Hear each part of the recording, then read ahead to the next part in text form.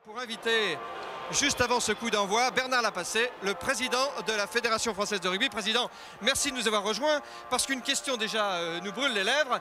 Quel est l'avenir de cette Coupe d'Europe? Y en aura-t-il une l'année prochaine? Sous quelle forme et quand?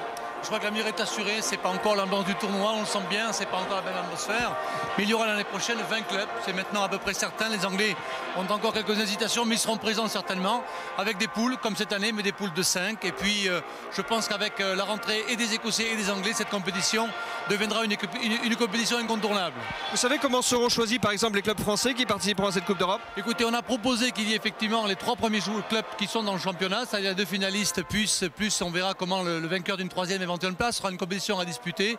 Et puis le du manoir, s'il reste une possibilité pour du manoir, les clubs apprécieront. Je crois qu'il faut laisser les clubs aujourd'hui en phase avec cette Coupe d'Europe qui est faite pour eux et qui leur permettra d'exprimer leur talent. Alors président, je ne cacherai pas un secret en disant que vous avez beaucoup de préoccupations en ce moment. Vous vous préoccupez par exemple du statut des joueurs. Alors quel sera le statut du joueur français à partir de la saison prochaine? Le statut sera forcément variable. On ne rentre pas dans une phase aussi importante comme celle-là sans avoir des étapes de transition. Donc nous aurons des statuts qui seront diversifiés. On prépare aujourd'hui des contrats types qui donneront à des joueurs la possibilité d'exprimer, s'ils le souhaitent, quasiment à plein temps l'activité de rugby. D'autres pour lesquels bien sûr nous aurons une activité suivie dans un cadre professionnel d'activité sociale, et puis des amateurs. Nous continuerons, je crois, à évoluer dans un mot qui prend tout son sens aujourd'hui, c'est le rugby open. Il faut véritablement qu'on rentre dans un système où le rugby donne sa place à chacun. Il n'y aura pas d'exclus dans le monde du rugby.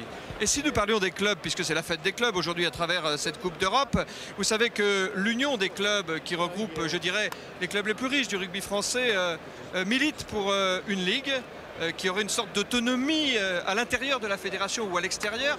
Quelle est la position fédérale à propos de cette position de vos clubs les plus riches, de ceux qui sont les plus représentatifs, disons? Oui, je crois qu'il faut éviter effectivement, comme vous le dites, que le rugby n'appartienne qu'aux plus riches. Je crois qu'il faut donner une place à chacun. J'ai réuni les 40 clubs du groupe A, le 19, la veille du match France-Angleterre, à Paris à la fédération. Nous allons vraiment poser les fondements de ce que sera leur organisation pour la saison prochaine. Je crois qu'ils ont des idées très diverses. Ils n'ont pas surtout de projet sportif. Ce que je souhaite vraiment à travers cette organisation, c'est de garder un projet sportif pour ces clubs, qu'on ne se réfère pas simplement à des problèmes d'argent. Bien sûr que des problèmes d'argent, les clubs ont besoin d'argent, mais sachons d'abord travailler sur la notion des fondamentaux de notre jeu, c'est-à-dire quel projet sportif pour les clubs de haut niveau. Ce sera fixé le 19 janvier à Paris. Mais alors il y aura ligue ou pas?